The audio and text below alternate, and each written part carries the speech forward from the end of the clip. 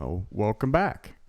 Now we're going to get to know the system deaerator a little bit. Up here we can see where the water comes in from the softeners. Here is the recirculation valve and the deaerator storage tank level control valve that we talked about in the softeners video.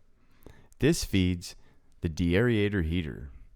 The steam for this heater is supplied from the steam manifold.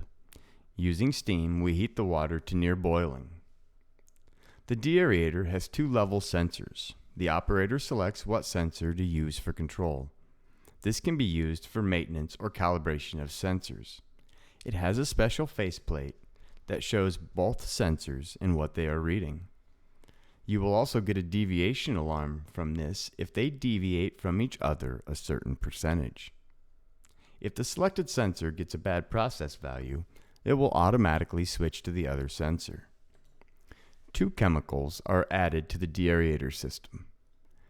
O2 scavenger is added after the deaerator heater and before the deaerator storage tank. Amines are added directly to the storage tank. These pumps are shown on the water treatment and chemical overview graphic. We've already discussed the chemicals for our raw water. Top of the page, we see the chemicals for the deaerator. Same ground faucet pumps with the same control options. Now let's go back to the deaerator. Over here we see the drain for the deaerator. This would be for maintenance. This valve has an interlock. Cannot be opened if either boiler is running. If boilers are off, the waste tank must be below low level and the water temperature of the deaerator is okay. Right here is the current level in the waste tank.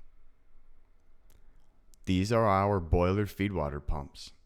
They are on variable speed drives. Their speed is varied to maintain a pressure set point in the boiler feed water manifold.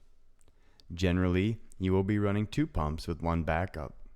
The backup will automatically start if one of the other pumps has a bad process value. So now I'm going to do a failed run on this pump and demonstrate the switch.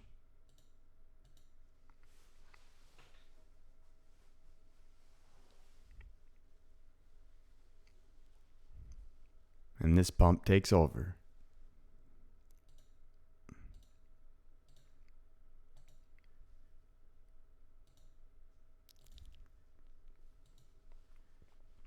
The feedwater pumps are equipped with automatic recirculation valves or ARC valves.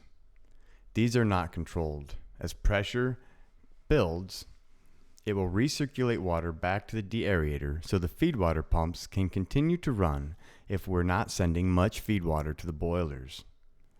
The feedwater pressure manifold has two pressure transmitters, an A and a B.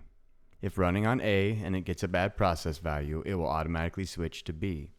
They also have a deviation alarm to alert you to a possible problem. Down here, we take our last conductivity and see our dissolved oxygen.